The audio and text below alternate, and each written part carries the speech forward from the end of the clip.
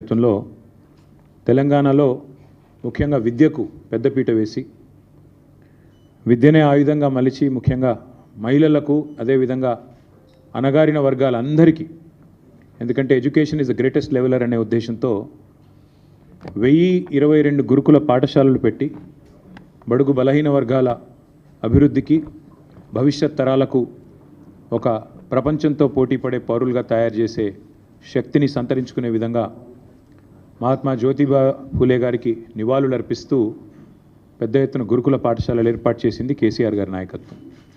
అట్లాగే అదే మహానుభావుడి పేరుతో విద్యార్థులు ఒకవేళ విదేశాల్లో చదువుకుంటామంటే కూడా 20 లక్షల రూపాయల దాకా స్కాలర్షిప్లు వారికి ఇవ్వడమే కాకుండా వారిని దాదాపు 7,000 మంది విద్యార్థులు, సుమారుగా 7,000 మంది విద్యార్థులకి ఇవాళ ప్రపంచ స్థాయి విద్యను అందించింది కూడా కేసీఆర్ గారి ప్రభుత్వం. మరి అట్లాంటి మహనీయుడి జయంతి సందర్భంగా ఈరోజు వారికి ఘనంగా మేమందరం కూడా ఇప్పుడే నివాళులు అర్పించి మీ ముందుకు మరొక ముఖ్యమైన విషయాన్ని చెప్పడానికి రావడం జరిగింది. నేను ఒక 3 రోజుల కిందట మిత్రులకు చెప్పడం జరిగింది, ఈ కాంగ్రెస్ ప్రభుత్వం వచ్చిన తర్వాత గత 15-16 నెలల్లో వీళ్ళు ఒకటే సింపుల్ మంత్రం పెట్టుకున్నారు, 3D Mantra: deception, destruction and distraction. Deception అంటే మోసం, డిస్ట్రక్షన్ అంటే విధ్వంసం, డిస్ట్రాక్షన్ అంటే దృష్టి మళ్లించడం. ఈ 3D మంత్రం పెట్టుకొని ఇవాళ 15-16 నెలల్లో విచ్చలవిడిగా ఒకవైపు విధ్వంసం చేస్తూ పేదల బతుకులు ఛిద్రం చేస్తూ, రైతులు ఇప్పుడిప్పుడే బాగుపడి దేశానికే అన్నం పెట్టే స్థాయికి చేరుకున్న రైతన్న కడుపు మీద కొట్టి, మరొక వైపు ప్రజల దృష్టి మరల్చి ఒక భయంకరమైన ఆర్థిక దోపిడీకి రేవంత్ రెడ్డి ప్రభుత్వం పాల్పడుతూ ఉంది. చాలా రకాలుగా పాల్పడుతున్నారు. గతంలో కూడా మేము కొన్ని బయట పెట్టాం. ఈరోజు మరొక కుంభకోణాన్ని మీ దృష్టికి తీసుకొని రావాలి, మీ ద్వారా ప్రజల దృష్టికి కూడా తీసుకొని రావాలి. దేశం మొత్తం నివ్వెరపోయి చూసిన ఘటన మన హైదరాబాద్ సెంట్రల్ యూనివర్సిటీలో జరిగిన పర్యావరణ విధ్వంసం, పర్యావరణ హననం. కానీ అక్కడ జరిగింది కేవలం పర్యావరణ విధ్వంసం, పర్యావరణ హననం మాత్రమే కాదు, మూగజీవుల ప్రాణాలు తీయడమే కాదు. రేవంత్ రెడ్డి గారి ప్రభుత్వం చాలా సక్సెస్ఫుల్గా ఒక అతిపెద్ద ఫైనాన్షియల్ ఫ్రాడ్ అనే దానికి కూడా మొన్న ఈ సెంట్రల్ యూనివర్సిటీ పక్కన ఉన్న అటవీ భూములు ఏవైతే ఉన్నాయో వాటిల్లో వారు చేయడం జరిగింది. ఇది ఒక నేరపూరిత కుట్ర, క్రిమినల్ కాన్స్పిరసీ, విశ్వాసఘాతకం తెలంగాణ ప్రజల పట్ల. మరి అదేవిధంగా సింపుల్గా చెప్పాలి అంటే ఈ 400 ఎకరాలు ఏదైతే ఆనాడు 2004వ సంవత్సరంలో IMG భారత అనే సంస్థకి అప్పటి ప్రభుత్వం కట్టబెట్టిందో, తర్వాత వచ్చిన కాంగ్రెస్ ప్రభుత్వం ఆనాడు ఒక ఆర్డినెన్స్ ద్వారా రద్దు చేసిందో, తిరిగి దాన్ని సవాల్ చేస్తూ ఆ ప్రైవేటు వ్యక్తి ఈ భూమి విషయంలో నాకు అన్ని హక్కులు ఉన్నాయని కోర్టుకు పోతే సుదీర్ఘకాలం, దాదాపు 20 ఏళ్ళు, 19-20 ఏళ్ళు సక్సెసివ్ గవర్నమెంట్స్ ఆఫ్ ఫాట్. ఆనాడు 2014 వరకు ఉన్న ప్రభుత్వం కొట్లాడింది, తర్వాత 2014 నుంచి 2023 డిసెంబర్ దాకా ఉన్న మా ప్రభుత్వం కూడా కొట్లాడి చివరికి మార్చ్ 2024లో తీర్పు వచ్చింది. ఇది ప్రభుత్వ మరి ప్రైవేట్ వ్యక్తికి సంబంధం లేదు, ప్రభుత్వానికి మరి ఏదైతే గతంలో ఇచ్చిన ఆర్డినెన్స్ ఇచ్చారో దాన్ని సమర్థిస్తూ తీర్పు వచ్చింది. ఇవాళ వాస్తవం ఏంటి అంటే అక్కడ సహజంగానే ప్రజలు కానీ, సహజంగానే పర్యావరణవేత్తలు కానీ అక్కడ జరుగుతున్న పర్యావరణ హననం పట్ల, పర్యావరణం మీద జరుగుతున్న దాడి పట్ల విస్మయంతో, ఒక బాధతో, ఆవేదనతో అక్కడ చనిపోయిన 3 జింకల గురించి కానీ, అదేవిధంగా అక్కడ చెట్లు కొట్టేయడం గురించి కానీ, దొంగల్లాగొచ్చి అర్ధరాత్రి అపరాత్రి అని కాకుండా 100 ఎకరాల్లో వారు ఏదైతే దాడి చేసినారో ప్రభుత్వమే మరి రక్షించాల్సిన వాళ్ళే భక్షిస్తుంటే సహజంగానే ఆవేదనతో అటు HCU విద్యార్థులు కానీ, దేశవ్యాప్తంగా పర్యావరణవేత్తలు కానీ ఉద్యమం చేసినారు.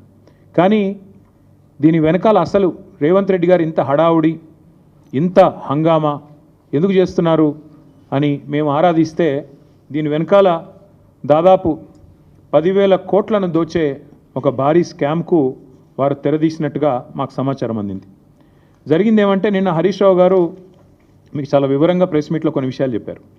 ఎట్లా ఈ ప్రభుత్వం సుప్రీంకోర్టు గైడ్లైన్స్ని తుంగలో దొక్కుతోంది, సుప్రీంకోర్టు తీర్పులను బేఖాతరు చేస్తోంది, ఎట్లా వాల్టా చట్టాన్ని ఉల్లంఘించింది, ఎట్లా ఫారెస్ట్ యాక్ట్ని కూడా, ఎట్లా ఫారెస్ట్ కన్జర్వేషన్ యాక్ట్ని కూడా ఎట్లా ఉల్లంఘించింది, ఇవన్నీ విషయాలు కూడా నిన్న వారు చాలా వివరంగా చెప్పారు. నేను వాటి జోలికి పోను. కానీ నేను చెప్పేది, ఒక సరికొత్త ఆర్థిక నేరానికి ఏదైతే రేవంత్ రెడ్డి ప్రభుత్వం తెరలేపిందో, ఒక గోల్మాల్ ఏదైతే చేస్తూ ఉందో, దాని విషయాల్లో నేను మీకు కొన్ని విషయాలు చెప్పాలనుకుంటా ఉన్నా. ఎక్కడ స్టార్ట్ అయింది అసలు ఈ కుంభకోణం అంతా కూడా? అసలు ఇందాక నేను చెప్పినట్టు ఈ భూమి ఏదైతే ఉన్నదో, ఈ 400 ఎకరాల అడవి భూమి అనే మాట నేను చాలా స్పష్టంగా, అటవీ భూమి అనే మాట పూర్తిగా ఉన్న అవగాహనతో మాట్లాడుతున్నా. అది కూడా చాలా స్పష్టంగా సుప్రీంకోర్టు తీర్పుల ఆధారంగా మాట్లాడుతూ ఉన్నాను. ఎందుకంటే నిన్న హరీష్ రావు గారు మీకు చెప్పారు, మీరు చూశారు. సుప్రీంకోర్టు 1996లోనే, అంటే దాదాపు 30 ఏళ్ల కిందటనే స్పష్టమైన తీర్పు ఇచ్చింది. అడవి అని ప్రత్యేకంగా రిజర్వ్ ఫారెస్ట్ అని డిక్లేర్ చేయకపోయినా, అడవులకు ఉండాల్సిన లక్షణాలు ఉంటే, 0.4 క్యానపీ ఉంటే ఖచ్చితంగా అది ప్రైవేట్ ల్యాండ్ అయినా, ఓనర్షిప్ ఎవరిదైనా ఖచ్చితంగా దాన్ని అటవీ భూమిగానే గుర్తించాలి అని సుప్రీంకోర్టు తీర్పు ఇవ్వడమే కాకుండా, సుప్రీంకోర్టు రాష్ట్ర ప్రభుత్వాలకు ఆదేశం కూడా ఇచ్చింది. ఏమని? మీ దగ్గర సుప్రీంకోర్టు తీర్పుకు అనుకూలంగా ఓనర్షిప్ ఎవరిదున్నా అట్లాంటి భూములు ఎక్కడెక్కడ ఉన్నాయి లెక్క తీయండి, దాన్ని రిజర్వ్ ఫారెస్ట్గా ఆల్రెడీ డిక్లేర్ చేసి ఉన్నా చేయకపోయినా ఆ లిస్టు మాకు పంపించండి అంటే, ఇక్కడ కూడా మన తెలంగాణ ప్రభుత్వం కూడా, రేవంత్ రెడ్డి ప్రభుత్వం కూడా సుప్రీంకోర్టు ఆదేశాలకు అనుగుణంగా ఒక కమిటీని కూడా ఏర్పాటు చేసింది ఆ స్థలాలను గుర్తించడానికి. అందుకే 0.4 క్యానపీ ఉన్న ఈ భూమి ఖచ్చితంగా అటవీ భూమి. మీరు చూస్తారు, సుప్రీంకోర్టు ఆల్రెడీ దాన్ని అటవీ భూమిగానే చెప్పింది. మన జస్టిస్ గవాయ్ గారు కూడా చెప్పారు. ఫారెస్ట్ కన్జర్వేషన్ యాక్ట్ 1980 1980 ప్రకారం రేవంత్ రెడ్డి గారు చేసిన అతిపెద్ద ఫైనాన్షియల్ ఫ్రాడ్ ఏంటి అంటే, ఒక అటవీ భూమిని ఇవాళ తాకట్టు పెట్టడం లేదా అమ్మడం, ఆ అధికారం గవర్నమెంట్ కూడా లేదు. మీకు తెలుసు, పోడు పట్టాలు మేము ఇచ్చాం గతంలో. పోడు పట్టాలు కూడా మీకు తెలుసు, ROFR కింద పోడు పట్టాలు కూడా they won't give you complete rights on the land. మీరు దాన్ని అక్కడ సాగు చేసుకున్న దానికి అవకాశం ఉంటుంది, పొజిషన్కి అవకాశం ఉంటుంది తప్ప ఓనర్షిప్ ఉండదు, దాన్ని అమ్మేదానికి అవకాశం ఉండదు పోడు పట్టా విషయంలో కూడా. అట్లాగే ఈ అటవీ భూమి ఏదైతే ఉందో, అడవి లక్షణాలు కలిగి ఉన్న భూమి ఏదైతే ఉందో, 1980 ఫారెస్ట్ కన్జర్వేషన్ యాక్ట్ ప్రకారం ఇది మొత్తం రేవంత్ రెడ్డి గారికి తెలుసు. ఆయనకు తెలియదని కాదు, ఆయనకు తెలియకుండా జరిగింది అనడానికి కూడా లేదు. ఇక్కడ ఇంపార్టెంట్ ఇష్యూస్ 2-3 నేను మీకు స్పష్టంగా చెప్తాను. ఒకటి, ఎలాంటి ఎన్వైరన్మెంటల్ ఇంపాక్ట్ అసెస్మెంట్ జరగలేదు అని చెప్పి మరి అటవీ శాఖ అనుమతి లేదు, ఎన్వైరన్మెంటల్ ఇంపాక్ట్ అసెస్మెంట్ లేదు, ఇంకా ట్రాన్స్ఫర్ కూడా టైటిల్ది పూర్తిగా కాలేదు. అయినప్పటికీ ఫైనాన్షియల్ ఇన్స్టిట్యూషన్స్ని వెంటనే ఆగమేఘాల మీద ప్రభావితం చేసి, ప్రభుత్వ అధికారులు మరి మిస్లీడ్ చేసినారా, ముఖ్యమంత్రి వాళ్ళని డైరెక్ట్ చేసినారా తెలియదు, మరి ఒక భారీ ఆర్థిక నేరానికి పాల్పడ్డారు. ఎట్లా చేసినారు ఇది? ముఖ్యమంత్రి గారికి ఒక బీజేపీ ఎంపీ పూర్తి స్థాయిలో వెనుక ఉండి సహకరించి ఒక బ్రోకర్ కంపెనీని తీసుకొచ్చారు. ఆ కంపెనీ పేరు Trust Investment Advisers Private Limited అనే పేరుకు మర్చెంట్ బ్యాంకర్, బట్ చేసేది బ్రోకరేజ్. వారు ఈ కాన్సెప్ట్ వారికి చెప్పారు, మీకు FRBMను బైపాస్ చేస్తూ మీకు డబ్బులు తెచ్చిస్తాము, మీరు దానికి గాను మాకు డబ్బులు ఇవ్వండి, ఆ తర్వాత మీ ఇష్టం ఉన్న వాళ్ళకు భూములు అమ్ముకోండి. ఇది ఓవరాల్గా స్కీమ్. దీనిలో అన్ని నిబంధనలు, మొత్తం అన్ని చట్టాలు, నిబంధనలు, సుప్రీంకోర్టు తీర్పులు అన్నిటినీ తుంగలో దొక్కారు. RBI గైడ్లైన్స్ని కూడా తుంగలో దొక్కారు. ఎట్లా? I will explain to you. ఈ ట్రస్ట్ ఇన్వెస్ట్మెంట్ అడ్వైజర్ అనే కంపెనీ వారికి రాష్ట్ర ప్రభుత్వం ఇప్పటికే 170 కోట్లు, దాదాపు 170 కోట్లు, 169 కోట్ల చిల్లర వారు ఇప్పటికే లంచం రూపంలో చెల్లించారు. వాళ్ళు సరే దాన్ని కమిషన్ అంటారు, నేనైతే పక్కా చేసింది నేరం కాబట్టి లంచమనే అంటున్నా. ఆ ట్రస్ట్ ఇన్వెస్ట్మెంట్ అడ్వైజర్ వాళ్ళు ఇంకొక ఫైనాన్షియల్ అడ్వైజరీ సర్వీసెస్ ఫామ్ని ముంగట పెట్టారు. బీకన్ ట్రస్టీషిప్ అనే కంపెనీని రంగంలో దించారు. ఇదంతా కూడా ఏంటంటే ఒక స్కీమ్ ప్రకారం. ఇక్కడ ఇంపార్టెంట్ పాయింట్, పేరుకు పోయిన సంవత్సరమే రాష్ట్ర ప్రభుత్వం మాకు సుప్రీంకోర్టు తీర్పు రాగానే ఈ భూమిని మేము 75 కోట్లు పర్ ఎకరం మేము TGIACకి బదలాయిస్తున్నామని చెప్పి ఒక జీవో ఇచ్చింది. కానీ జీవో మాత్రమే ఇచ్చింది తప్ప ఆ ల్యాండ్ను ఎలియనేషన్ చేయలేదు, సేల్ డీడ్ చేయలేదు, మ్యూటేషన్ కూడా కాలేదు. అయినప్పటికీ తనకు చెందని భూమి, ఇంకా మ్యూటేషన్ అయితేనే నీ పేరు మీదకి ఓనర్షిప్ వస్తేనే ఆ ల్యాండ్ నీదన్నట్లు లెక్క. ఇప్పుడు హెచ్సియు కూడా అదే అంటున్నారు కదా, హెచ్సియుకి ల్యాండే లేదు, హెచ్సియు ల్యాండ్స్ అన్ని మావే అని గవర్నమెంట్ ఎందుకు అంటుంది? ఎందుకంటే మ్యూటేషన్ కాలేదు కాబట్టి ఇంకా రికార్డ్స్ ప్రకారం నాదే ప్రభుత్వ భూమి అని ఈరోజు కూడా ప్రభుత్వం అదే వాదన చేస్తూ ఉంది. ఇవాళ ఇక్కడ కూడా అక్షరాల అదే జరిగింది. జనరల్గా ఇప్పుడు ఉదాహరణకి మీరు ఎవరైనా సరే వ్యక్తిగతంగా మనం ఒక ప్రాపర్టీ, మనకు ఒక ఇల్లో ఫ్లాట్ ఉందనుకోండి, లేదా ఒక ప్లాట్ ఉందనుకోండి, దాని మీద లోన్ తీసుకోవాలనుకుంటున్నారు తనఖా పెట్టి. జనరల్గా ప్రాసెస్ ఏముంటుంది? ఆ ఏరియాలో మీరు ఫలానా ఏరియాలో మీకు ఒక ఫ్లాట్ ఉంది, దాని యొక్క రిజిస్టర్డ్ వాల్యూ ఎంత, మీరు రిజిస్టర్ చేసుకున్నప్పుడు ప్రభుత్వానికి ఏ రిజిస్ట్రేషన్ రేట్ ప్రకారం మీరు డబ్బులు కట్టారు, స్టాంప్ డ్యూటీ ఎంత కట్టారు, దాన్ని బట్టి రిజిస్టర్డ్ వాల్యూ ఎంత. కాకపోతే జనరల్గా ఏముంటుంది, రిజిస్టర్డ్ వాల్యూకి జనరల్గా మార్కెట్ వాల్యూకి ఉండే కొంత అంతరం ఉంటుంది. ఆ మార్కెట్ వాల్యూ ఎంత, దాన్ని బేస్ చేసుకొని మీకు అల్టిమేట్గా లోను ఇస్తారు. ఎందుకంటే దాన్ని తనఖా పెట్టుకోనో లేకపోతే దాన్ని గ్యారంటీ కింద పెట్టుకొని మీకు ఇస్తారు. ఇక్కడ ఏం జరిగింది ఈ విషయంలో? ఒకటి కాదు, రెండు కాదు, అన్నిటినీ తుంగలో దొక్కుతూ ఈ ఫారెస్ట్ యాక్ట్ కానీ ఇందాక నేను చెప్పినట్టు అసలు ఓనర్షిప్ లేదన్న విషయం పక్కన పెట్టి TGIAC has no ownership of the land. TGIAC ఒక పేరుకు ఒక జీవో ఇచ్చారు తప్ప ఇంతవరకు సేల్ డీడ్ కాలేదు, ఎలినేషన్ కాలేదు, మ్యూటేషన్ కాలేదు. TGIAC is not the owner of the land. కానీ ఆ ల్యాండ్ను టీజీఐఏసీ, ఇక్కడ నేను ఊరికేనేది మాట్లాడట్లేదు, this is the stamps and registrations department statement of encumbrance.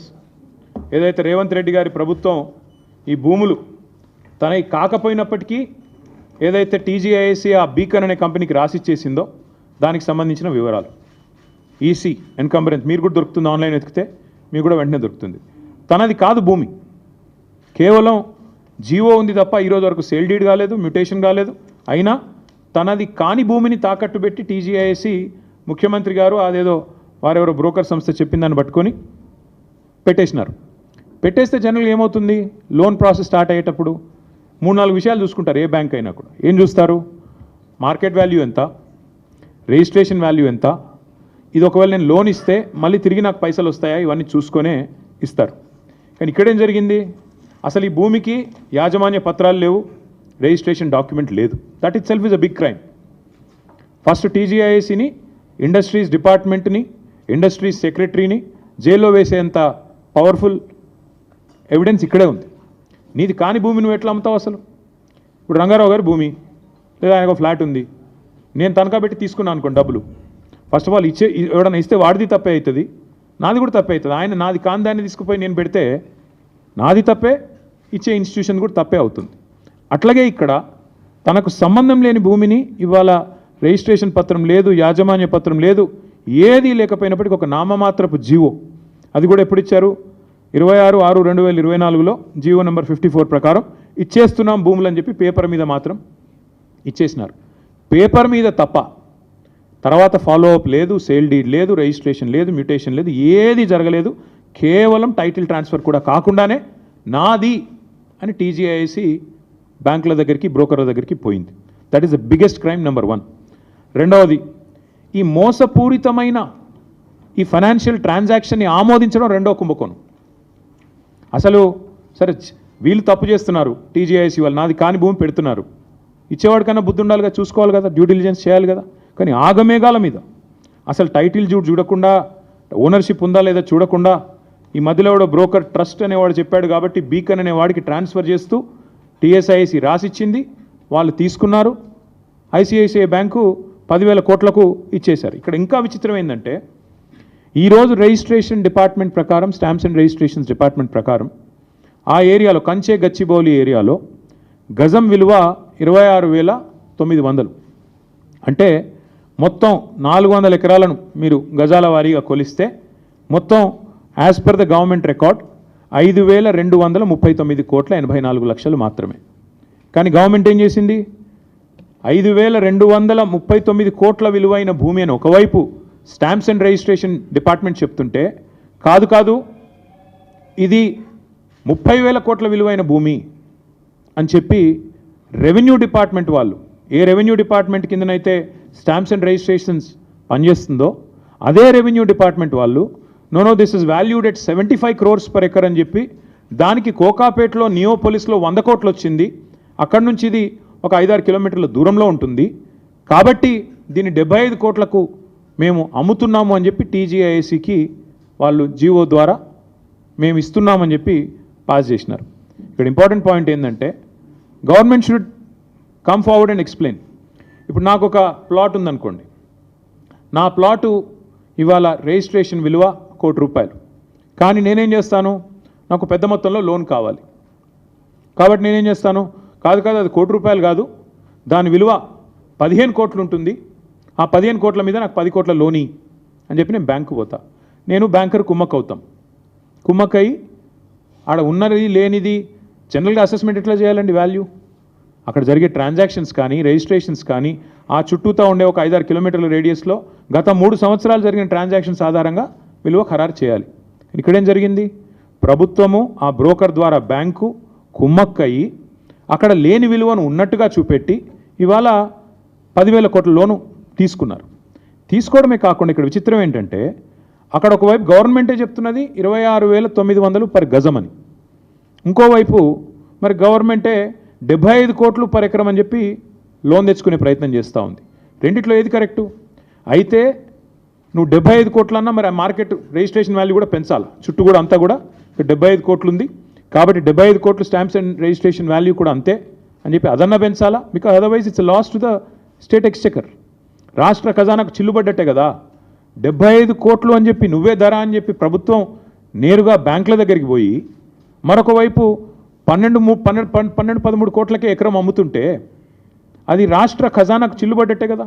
అయితే అదైనా తప్పు, లేదా నువ్వు బ్యాంకులను మిస్లీడ్ చేస్తూ, దేశాన్ని మిస్లీడ్ చేస్తూ, ఆర్బీఐని మిస్లీడ్ చేస్తూ అక్కడ లేని వాల్యూ ఉన్నట్టు చూపెట్టి ఇవాళ 75 కోట్లకు దాన్ని చూపెట్టి వాల్యూని క్రియేట్ చేసి ఆర్టిఫిషియల్గా దాని మీదకెళ్ళి లోన్ తెచ్చి ఇవాళ బ్యాంకులతో పాటు రిజర్వ్ బ్యాంకును తప్పకుండా దేశాన్ని కూడా మోసం చేసినట్టుగానే భావించాల్సి వస్తుంది. ఇంకా విచిత్రంగా ఉంది ఇక్కడ స్టోరీ.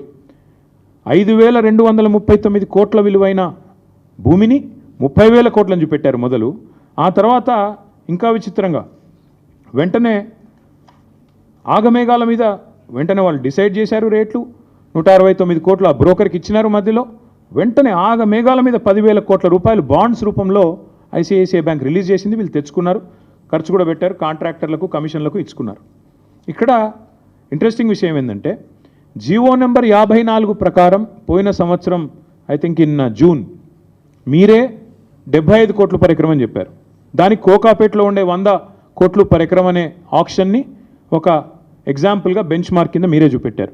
కానీ వితిన్ 5 months జూన్లో మీరే జీవో ఇస్తారు, 75 కోట్లు అంటారు. వితిన్ 5 months మళ్ళీ ఇంకో సంస్థతో ఏదో అసెస్మెంట్ చేయించారంట. November 23 నాడు valuation report, this is done by some ఫరీష్ Rao and Rao associates అనే సంస్థతో అసెస్మెంట్ చేసి November 23 నాడు కొత్త వాల్యుయేషన్ తీసుకొచ్చారు. లేదు మేము చెప్పింది తప్పు, ఆ జీవోలో చెప్పింది తప్పు, 75 కోట్లు అనేది దాన్ని తగ్గిస్తున్నాము అని చెప్పి కేవలం 75 కాదు 52 కోట్లు అని చెప్పి మళ్ళీ ఒక రిపోర్ట్ తయారు చేశారు. This is November 23. Why did it change? ఏం మారింది? 5 నెలల్లో 23 కోట్లు ఎందుకు తగ్గింది? ప్రభుత్వం సమాధానం చెప్తుందా? చెప్పదు. బ్యాంకర్ సమాధానం చెప్తాడా? చెప్పడు. దీని వెనకాల జరిగిన మతలబ్ ఏంది? చెప్పరు. ఇంకా విచిత్రం చెప్తాను నేను మీకు. అంటే 30,000 కోట్లు వెంటనే ఏం జరిగింది? దీనివల్ల వాల్యుయేషన్ రివైజ్ చేయడం వల్ల 20,000 కోట్లకు తగ్గింది. దాని తర్వాత మళ్ళీ ఇంకొకటి చేశారు. దాని తర్వాత ఏంది? కొత్తగా మళ్ళీ ఏదో రిలయబుల్ వాల్యూ అసెస్మెంట్ అని ఇంకోటి చేసిండ్రు. రిలయబుల్ వాల్యూ అసెస్మెంట్ అంట. గవర్నమెంటే 75 కోట్లు అని చెప్పింది మార్చిలో. తర్వాత గవర్నమెంటే అపాయింట్ చేసిన కన్సల్టెంట్ దాన్ని తగ్గిస్తూ 52 కోట్లు అని చెప్తాడు.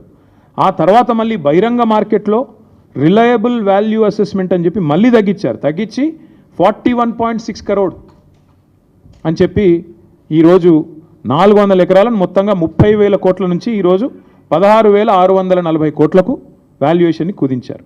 కుదించిన తర్వాత ఇవాళ ప్రభుత్వం చేస్తున్న కుట్ర ఏంటంటే అదే బ్యాంకరు అదే బ్రోకర్ను అడ్డం పెట్టుకొని తమ వాళ్ళు కొంతమంది ఢిల్లీ బాంబే బిల్డర్లను పిలుచుకొని మొదలు 75 కోట్లని చెప్పినా దాన్ని ఆల్మోస్ట్ సగానికి తగ్గించి వాళ్లకు అడ్డికి పావు షేరుకు ఈ భూములను అమ్మాలన్నదే రేవంత్ రెడ్డి గారి యొక్క పన్నాగం.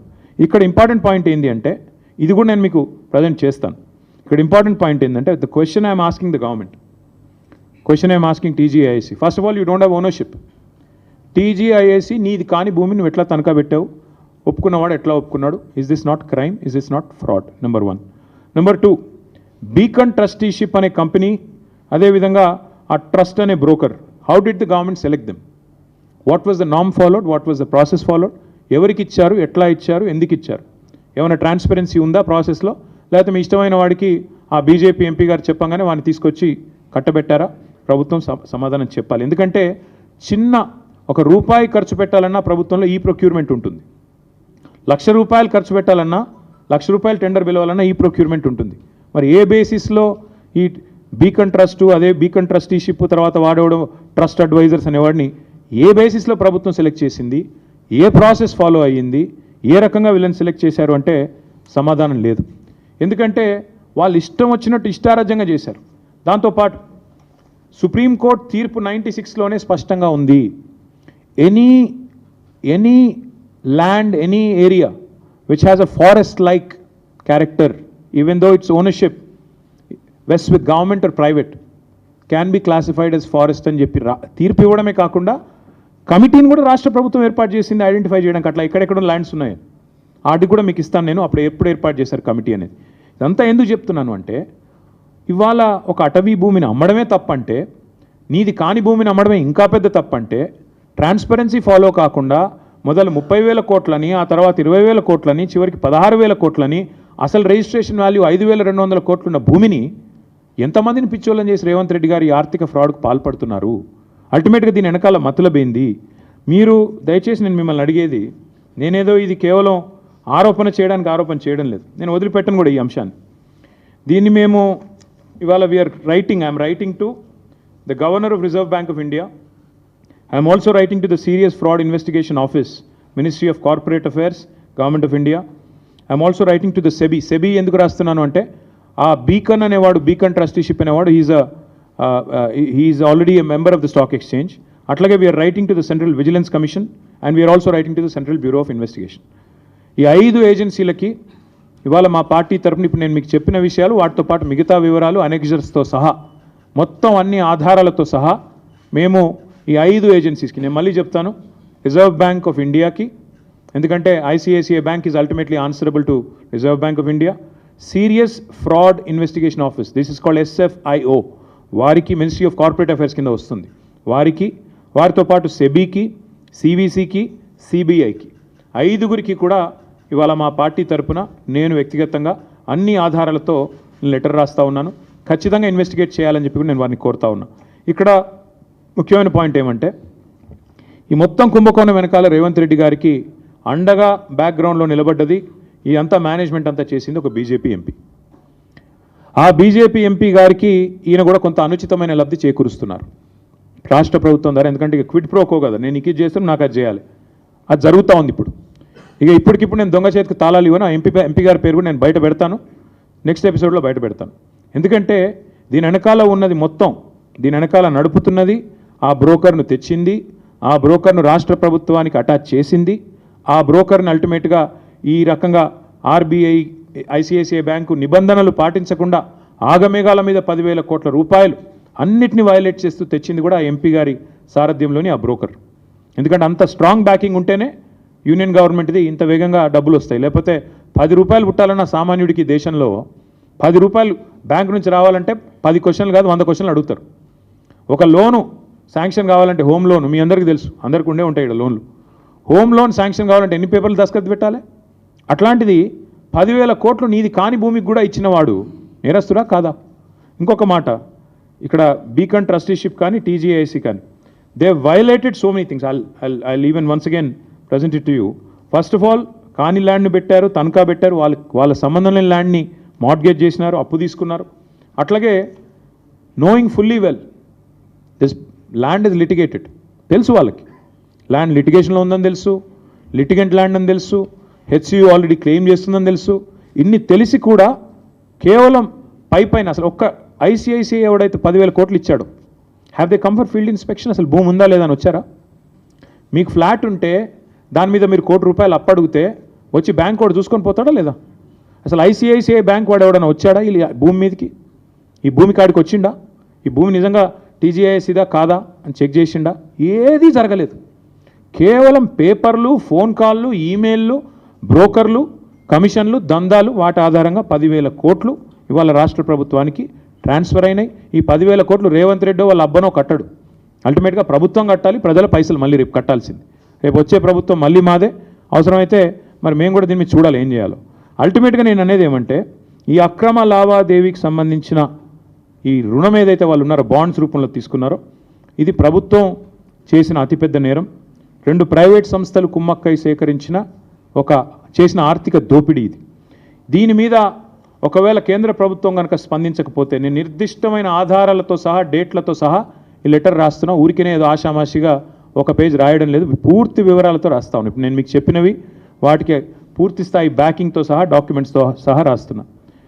ఒక అడవి నమ్మడమే నేరం అంటే, బ్యాంకులను మోసగించడం ఇంకో నేరం అంటే, కాని భూమిని, తమది కాని భూమిని అమ్మడం ఇంకో నేరం అంటే, ప్రజల డబ్బును కూడా దోచుకున్నారు. ఇప్పుడు ఈ వచ్చిన 10,000 కోట్లు ఏం చెప్పారు? దీని ద్వారా పేపర్లో లీకులు ఇచ్చినారు, వాళ్ళ పేపర్లలో రాయించినారు, మొత్తం రైతు బంధుకు పెడతాం. పాపని అదన్నా చేసిండ్రా? ఈరోజు వరకు 5,000 కోట్లు కూడా దాటలేదు రైతు బంధు, అది కూడా చేయలేదు. మిగతా 5,000 కోట్లు ఎక్కడ పోయినాయి? మళ్ళీ మంత్రివర్గంలో ఉండే కాంట్రాక్టర్లు, వాళ్ళ అనుయాయులు, వాళ్ళ కమిషన్లు, మళ్ళా డబ్బులు దండుకోవడం, కమిషన్లు దొబ్బడం తప్ప చేసింది ఏమీ లేదు. This is such a big fraud. If this is not dealt with seriously right away, this has the ability to destroy a bank called ICICI and its credibility forever. దీని ఇన్వెస్టిగేషన్ చేయకపోతే ఆర్బీఐ కనుక ఖచ్చితంగా ICICI bank credibility ఇప్పటికే ఒకసారి దెబ్బతింది, మళ్ళీ ఒకసారి దెబ్బతింటుంది. నేను ఇంకొక మాట కూడా చెప్తా ఉన్నా. నిజంగానే మాట్లాడితే తెల్లారలేస్తే బీజేపీ నాయకులు మాట్లాడుతూ ఉంటారు, ఏదో బీఆర్ఎస్, కాంగ్రెస్ వీళ్ళంతా ఒకటే అని ఒకటి మాట్లాడతాడు. నేను బీజేపీ నాయకత్వాన్ని అడుగుతున్నా. నేను అనుకుంటా ఉన్న ప్రధానమంత్రి గారికి లేదా ఫైనాన్స్ మినిస్టర్కి తెలియకుండానే జరిగిందని నేను అంటా ఉన్నా. I would like to give them the benefit of doubt. వాళ్ళకి తెలియకుండానే ఈ కింది లెవెల్లో బీజేపీ ఎంపీలుగా ఉన్న వాళ్ళు కొంతమంది చేసిన వ్యవహారం, వాళ్ళు బ్యాంకులను మేనేజ్ చేసినారని నేను అనుకుంటా ఉన్నా. ఒకవేళ నిజంగానే బీజేపీ సిన్సియర్గా ఉంటే, కేంద్ర ప్రభుత్వానికి చిత్తశుద్ధి ఉంటే, ఈ విషయంలో నేను స్పష్టంగా డిమాండ్ చేస్తూ ఉన్నా, వెంటనే ఇన్వెస్టిగేషన్కి ఆదేశించండి. ఒకవేళ సిబిఐ కాకపోతే సివిసి లేదా SEBI can start an investigation, ED can start an investigation because money is involved, and even SFIO serious fraud Investigation office can initiate enquiry. ఇందులో ప్రతి ఆధారం ఇప్పుడు నేను చెప్పింది మీకు దొరుకుతుంది. ఇందులో ఏం కూడా పబ్లిక్ డొమైన్లో ఆల్రెడీ ఉంది. It's a matter of stitching it up. ఖచ్చితంగా ముఖ్యమంత్రి గారు, ఆయన ప్రభుత్వం తీసుకొచ్చిన ఒత్తిడి, అదేవిధంగా ఈ వ్యవహారంలో బ్యాంకు పాత్ర, how did the broker violate all these procedural issues, ఇవన్నీ వయలేట్ చేస్తూ కనీసం ఆ భూమిలో కాలు పెట్టకుండా 10,000 కోట్లు ఇవ్వడం అంటే, ఒక సామాన్యుడికైతేనేమో ఈ దేశంలో శల్య పరీక్షలాగా 100 పరీక్షలు ఉంటాయి ఒక రూపాయి లోన్ ఇవ్వాలంటే. కానీ 10,000 కోట్ల లోన్ ఇచ్చేటప్పుడు ఆ భూమి నీదా కాదా చూసుకోకుండా లోన్ ఇచ్చారంటే ఇంతకు మించిన ఫ్రాడ్ ఏదైనా ఉంటుందా? అందుకే we demand and will not leave it at this. నేను ఖచ్చితంగా చెప్తున్నాను, ఈ వ్యవహారాన్ని ఇక్కడితో వదిలిపెట్టం. ఎందుకంటే రేవంత్ రెడ్డి గారు తెరలేపింది, తెర తీసింది ఈ 400 కోట్లకే కాదు. మన అసెంబ్లీలో మా సభ్యులు అడిగినారు ప్రశ్న, ఇంకా ఏమేమి భూములు అమ్ముతారని. ఇదే బ్రోకర్ ఎవడైతే ట్రస్ట్ అడ్వైజర్ ఎవడో ఉన్నాడో వాడికి హెచ్ఎండిఏ భూములు కూడా అప్పచెప్పారు. 60,000 కోట్ల విలువ చేసే భూములు వాడికి అప్పచెప్పారు. సో దీనికి ఇక్కడితో అడ్డుకట్ట వేయకపోతే ఇంకొక 60,000 కోట్ల దోపిడీకి కూడా రేవంత్ రెడ్డి గారి ప్రభుత్వం ఆల్రెడీ స్కెచ్ చేసింది, తెర తీసింది, రెడీగా ఉన్నారు. ఇది మాది కాదు, కావాలంటే అసెంబ్లీ ఆన్సర్ కూడా నేను మీకు పంపిస్తాను, మీరు చూసుకోవచ్చు. 60,000 కోట్ల విలువ చేసే హెచ్ఎండిఏ భూములను కూడా ఇదే బీకన్ ట్రస్టీషిప్, అదేవిధంగా ఆ ఫ్రాడ్ ట్రస్ట్ అడ్వైజర్ ఎవరు ఉన్నారు వాళ్ళిద్దరిని కూడా మరి అప్పచెప్పి వాళ్ళ ద్వారా దోపిడీకి పాల్పడే ఆలోచనలో రేవంత్ రెడ్డి ప్రభుత్వం ఉంది. We demand that union finance ministry ask RBI to investigate this matter. వెంటనే సీరియస్ ఫ్రాడ్ ఇన్వెస్టిగేషన్ ఏజెన్సీ దిగాలి ఇందులోకి. SEBI also should focus on this. 100% ఈ Beacon Trusteeship and Trust Investment అనే సంస్థలని వెంటనే నిషేధం విధించాలి till further enquiry. We demand that all financial transactions of these 2 agencies and these 2 institutions be suspended with immediate effect because they have committed a massive fraud. అట్లాగే ఈ చట్టవిరుద్ధమైన bonds ఏవైతే వీళ్ళు తీసుకొని 10,000 కోట్లు కుంభకోణానికి తెరదీశారో వాటిని కూడా ఆర్బీఐ వెంటనే రద్దు చేయాలని చెప్పి కూడా మేము డిమాండ్ చేస్తున్నాం. తప్పకుండా ఒకవేళ కేంద్ర ప్రభుత్వం స్పందించకపోతే మేమేమనుకోవాల్సి వస్తుందంటే ముమ్మాటికి ఇద్దరు కుమ్మక్కై చేస్తున్నారు అనుకోవాల్సి వస్తుంది. నిజంగా బీజేపీకి చిత్తశుద్ధి ఉంటే, కేంద్ర ప్రభుత్వానికి చిత్తశుద్ధి ఉంటే మీరు వెంటనే స్పందించండి. నిజంగానే మీకు ఈ వ్యవహారంతో సంబంధం లేకపోతే, నిజంగానే ఈ వ్యవహారంలో మీరు నిక్కచ్చిగా ఉన్నట్టయితే వచ్చి ఆందోళన చేశారు కదా, హెచ్సియు భూములు అమ్మొద్దు అది అని చెప్పి ధర్మేంద్ర ప్రధాన్ గారు ఉత్తరం రాసినారు. తర్వాత ఏబీవీపీ వాళ్ళు గొడవ చేశారు. తర్వాత ఎమ్మెల్యేలు కూడా అరెస్ట్ అయ్యారు బీజేపీ వాళ్ళు. మరి if you are serious then immediately call for an enquiry. లేకపోతే ప్రజలు ఖచ్చితంగా ఇద్దరు కలిసే చేస్తున్నారు ఇది అనుకునే ప్రమాదం ఉంది. అందుకే this letter details out everything. నేను బీజేపీ ఎంపీ గారు అంటున్నాను, పేరు చెప్పట్లేదని మీ వాళ్ళు కొంతమంది క్వశ్చన్ మార్క్ ఫేస్ పెట్టున్నారు. వారికి నేను చెప్పేది ఏమంటే, ఆ ఎంపీ గారికి రేవంత్ రెడ్డి గారు కొన్ని లాభాలు చేయబోతున్నారు. చేసిన తర్వాత క్విడ్ ప్రో కో ఏంటిని నేను ఎస్టాబ్లిష్ చేస్తూ మేము ముందుకు వస్తాను. So till such time we're demanding, and if government does not respond I'm going to a court. ఖచ్చితంగా కోర్టుకి పోతాము. మేము స్వయంగా అవసరమైతే పోయి ఫైనాన్స్ మినిస్టర్ని, ప్రైమ్ మినిస్టర్ని కూడా అవసరమైతే కలిసి రాజ్యసభలో కూడా ఈ అంశం లేవనెత్తి, లోక్సభలో కూడా లేవనెత్తి, తప్పకుండా లోక్సభలో కూడా మా ఫ్రెండ్లీ పార్టీస్ ద్వారా లేవనెత్తి తప్పకుండా ఈ అంశం ప్రభుత్వ దృష్టికి, ప్రజల దృష్టికి తీసుకుపోయే బాధ్యత మాది. ఏమంటారు? ఒక నిమిషం.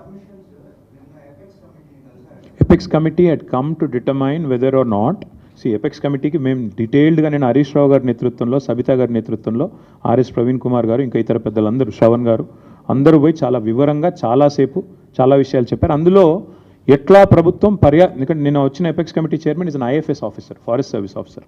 వారు వచ్చింది ఎన్వైర్న్మెంట్ యాంగిల్లో. అందుకే నేను అక్కడ ఫైనాన్షియల్ ఫ్రాడ్ గురించి వారికి చెప్పలేదు. వారు వచ్చింది కేవలం సుప్రీంకోర్టు గ్రీన్ బెంచ్ చేసిన కమిటీ, అది ఎంపవర్డ్ కమిటీ. అందుకే వారికి నిన్న చెప్పింది ఏంటంటే, అక్కడ జరిగిన పర్యావరణ హననం, ఎట్లా జింకలు చంపేశారు, ఎట్లా 100 ఎకరాలు దొడ్డిదారిన దొంగదారిన తమది కాని భూమిలో చొరబడి దొంగల్లాగా ప్రభుత్వం చేసింది, ఇదంతా కూడా చెప్పాము. చాలా detailed note. In fact it was appreciated. This morning I got a message from a lawyer, senior lawyer, saying అద్భుతంగా ఒక లాయర్ రాసినారు మీ రిప్రజెంటేషన్ కూడా అని. So that's how competent representation it was to the committee. అది నిన్న చేశాము. ఈరోజు నేను బయట పెడుతుంది ఆర్బీఐ కానీ ఇంకో సీరియస్ ఫ్రాడ్ ఇన్వెస్టిగేషన్ ఏజెన్సీ కానీ వాళ్ళు వెంటనే ఇన్వాల్వ్ అయ్యే విధంగా పూర్తి డీటెయిల్స్తో ఈ లెటర్ నేను వారికి పంపుతాను.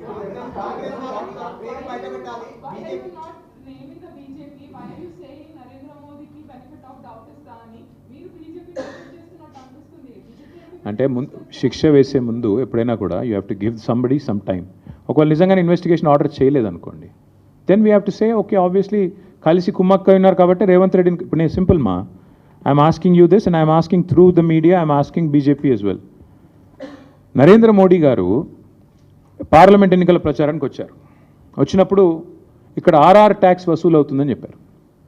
Rahul Revanth tax per square feet, సరే ఆయన ఎంత చెప్పారు నాకు గుర్తులేదు కానీ 200 రూపాయలు వసూలు చేస్తున్నారంట. Friends and family benefit package ఏదో ఉందంట, అక్కడ 100 రూపాయలంట.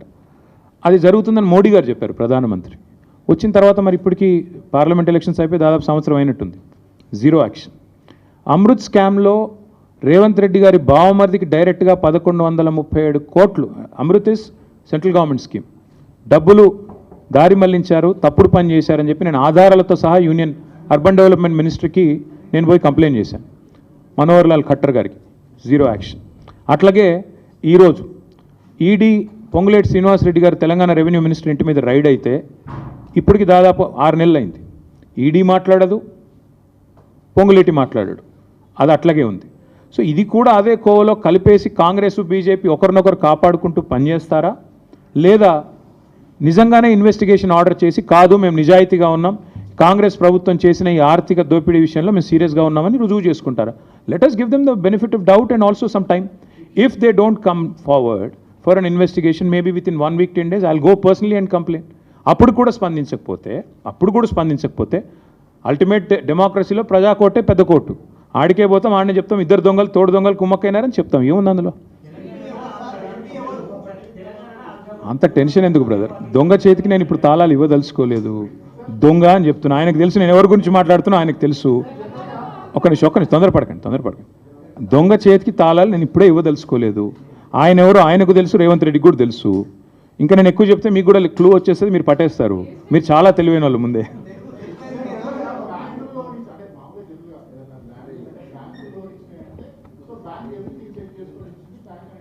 అదే రమణ, ఈ దేశం ఎట్లుందంటే రమణ గారు ఒక నిమిషం, ఈ దేశం ఎట్లుందంటే రమణ ఒక నిమిషం రమణ ఒకవేళ లోన్ అడిగితేనేమో 100 డాక్యుమెంట్లు చెక్ చేస్తారు.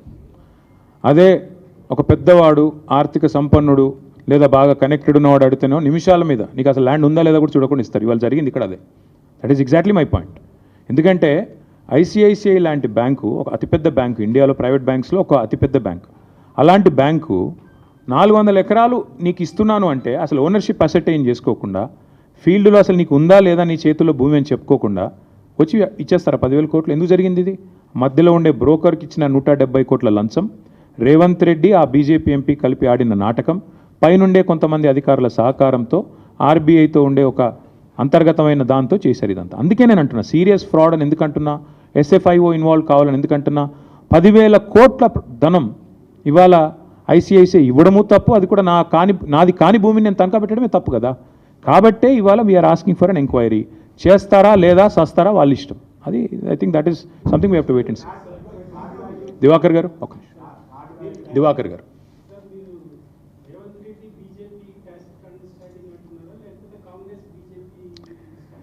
Sir, either way Revanth Reddy is the chief minister of Congress. Last time I checked, I think ఇంకా కూడా ఆయన కాంగ్రెస్ చీఫ్ మినిస్టర్ అనుకుంటాను.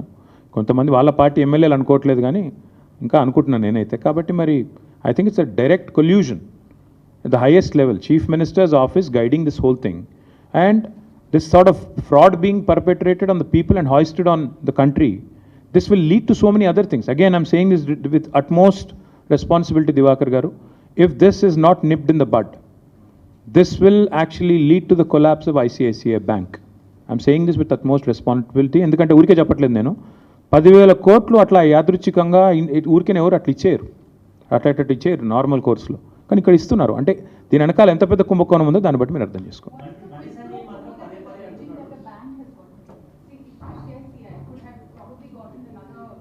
We'll find out through the investigation. Why rush? I'm alleging clearly, ma'am, that a land that does not belong to TGIAC has actually been pledged to a broker called Beacon. Now this Beacon fellow goes to ICICI and says this is a land which is valued at 75 crores per acre, whereas the actual value is something else and the ownership is something else altogether. Therein lies the fraud. What else do you need to get an investigation going on? Once we start the investigation, I think you will find more details. అందులో దొంగలు ఎవరెవరు తిన్నారు, ఏమేమి తిన్నారు, బ్యాంకులో ఎవరు involve అయ్యారు, broker ఎక్కడున్నాడు, రేవంత్ రెడ్డి వెనకాల ఉన్న వాళ్ళు ఎవరు, ఇవన్నీ కూడా బయటకు వస్తాయి. ఇన్వెస్టిగేషన్ అయితే స్టార్ట్ అవ్వనివ్వండి. మొత్తం నన్నే you want me to be the judge and jury right now? Absolutely, not just SEBI. I'm saying CVC, SEBI, everybody is competent to intervene in this. If Government of India is serious, they have to investigate, they have to intervene. If they don't, then I certainly think that, at any cost,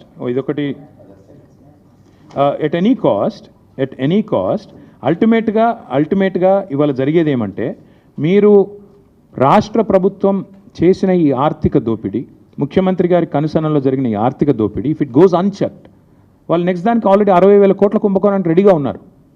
ఇంకొకటి అల్టిమేట్గా జరిగేది ఏంటి madam ఇందులో అంటే 75 కోట్ల valuation 40 కోట్లకు తగ్గించి వాళ్ళకి కావాల్సిన వాళ్ళకి భూములు కట్టబెడుతున్నారు. అందులో ఐసిఐసిఐ బ్యాంక్లో పనిచేసే మేనేజర్ ఉన్నాడో వాళ్ళు ఎవడున్నాడో నాకేం తెలుసు, మీకేం తెలుసు, ఇన్వెస్టిగేట్ చేస్తే తెలుస్తుంది. అల్టిమేట్గా the whole sketch, the whole plot is orchestrated by CM Revanth Reddy.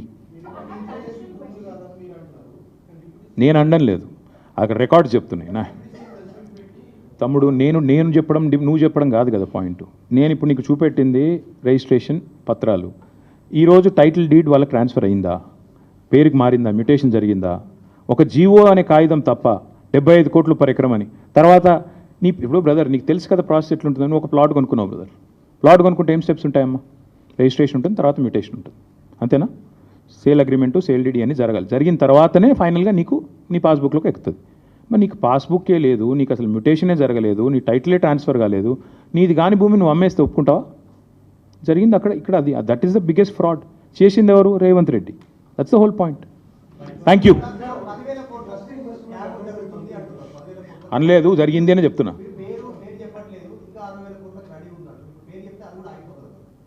తమ్ముడు నువ్వు తొందర ఎందుకు పడుతున్నావు ప్రతిదానికి? పేరు చెప్తా తమ్ముడు, నీకంత ఉత్సాహం. ఆయన ఇంకోటి ఇన్వెస్టిగేటివ్ ఏజెన్సీలు, ఇన్వెస్టిగేటివ్ జర్నలిస్టులు ఎక్కడ పోయినారు? మీరు ఇన్వెస్టిగేట్ చేయండి, ఇన్ని క్లూస్ ఇచ్చాను, ఇన్వెస్టిగేట్ చేయండి గట్టిగా. నేను సీఎం రేవంత్ రెడ్డి అని చెప్తున్నాను, ఎవరో వేరే పేరు చెప్తున్నా చూసుకో.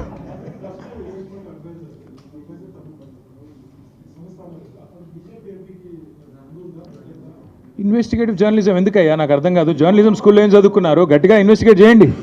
Thank you.